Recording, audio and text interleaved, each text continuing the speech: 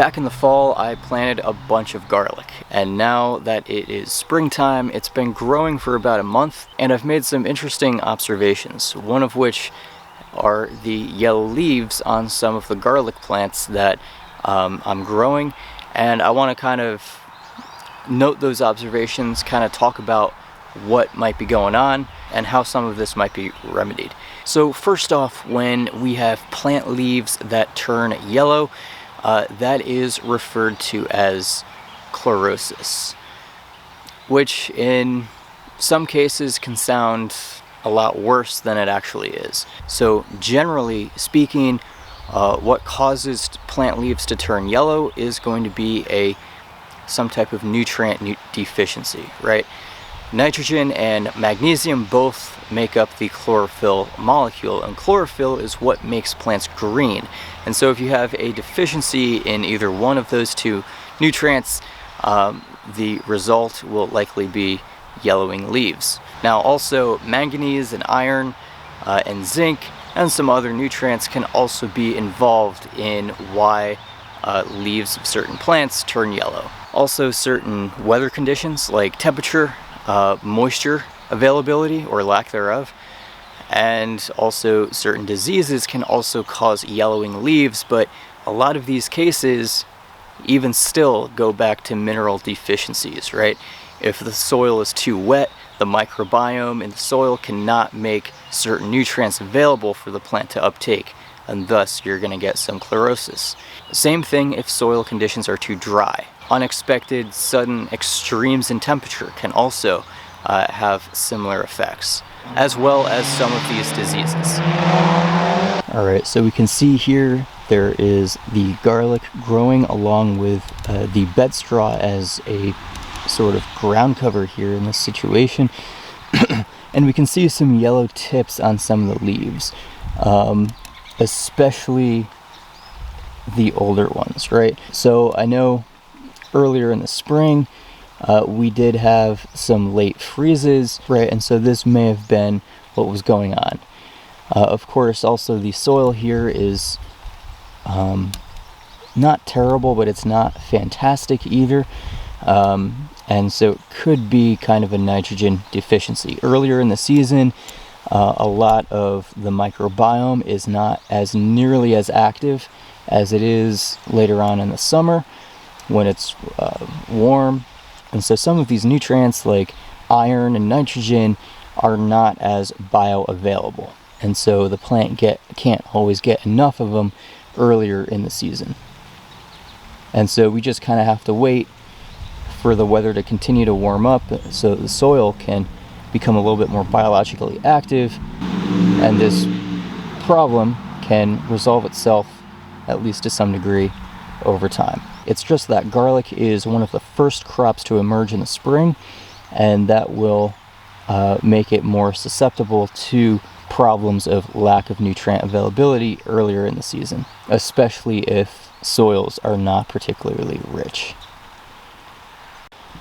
Another important point to note here is that a lot of this leaf yellowing is more pronounced in older leaves. So, you know, that brings into the conversation the whole mobile nutrient versus immobile nutrient. So mobile nutrients are nutrients that can move when they're inside the plant. So the plant will take nutrients from the older leaves and jettison them into the younger leaves to support the new growth. Nitrogen is a very mobile nutrient in plants, and so it is one of the primary nutrients that will be pulled from older leaves to support the younger leaves. All right, now calcium is the opposite, right? Calcium is immobile once it gets into the plant, pretty much. So the calcium in the older leaf is going to largely stay in that older leaf. And so if there is a mineral deficiency of calcium, it would, for example, it would show up in the younger leaves first, not the older leaves. I just want to mention this particular garlic plant here.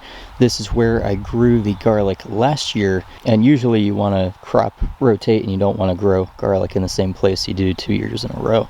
But when I harvested the garlic last year, evidently I missed this one, and it is growing back very strong and healthy. It's actually in a larger state of growth even than in the garlic that was planted with where the bed straw was coming up. But last year I had also like done a lot of grass mulching here, and I wonder if like the soil improvement plus with the natural cover of the other grasses and the ground ivy may have acted as a bit of a living mulch for the soil, which may have helped to protect it from temperature extremes earlier on in the spring. Alright, so here we have the garlic and the winter rye that have been companion planted back in the fall, and we can see some more yellowing leaf tips here too with the garlic. Of course, earlier in the year this was before the grass clipping living mulch was added, and so earlier in the spring again we got those hard freezes, and then it didn't really rain too much for the past 2 weeks. Of course, now it is a completely different story where it's been raining all day and all of last night. So you know, I had been applying some grass clippings, not too densely, but I had been applying the grass clippings each week for the last 3 or so weeks.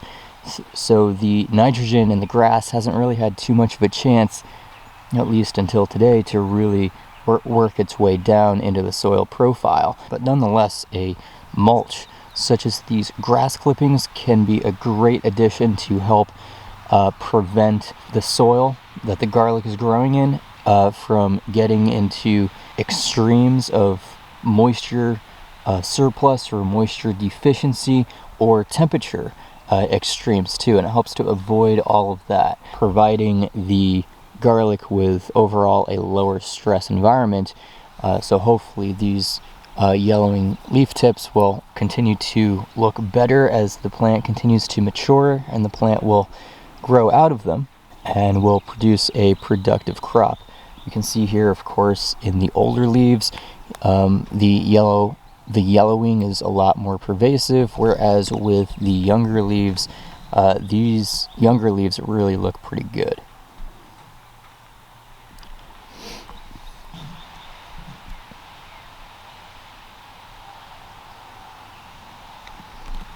Alright, so I hope you enjoyed this video on garlic leaves turning yellow and what we can hopefully do to remediate the situation. Overall, a few garlic leaves turning yellow is not generally something to be super concerned about, and it usually doesn't affect the plant too much. However, there are, of course, much more severe cases out there where we do have some serious mineral deficiencies or certain diseases out there that can really wreak havoc with a productive garlic crop.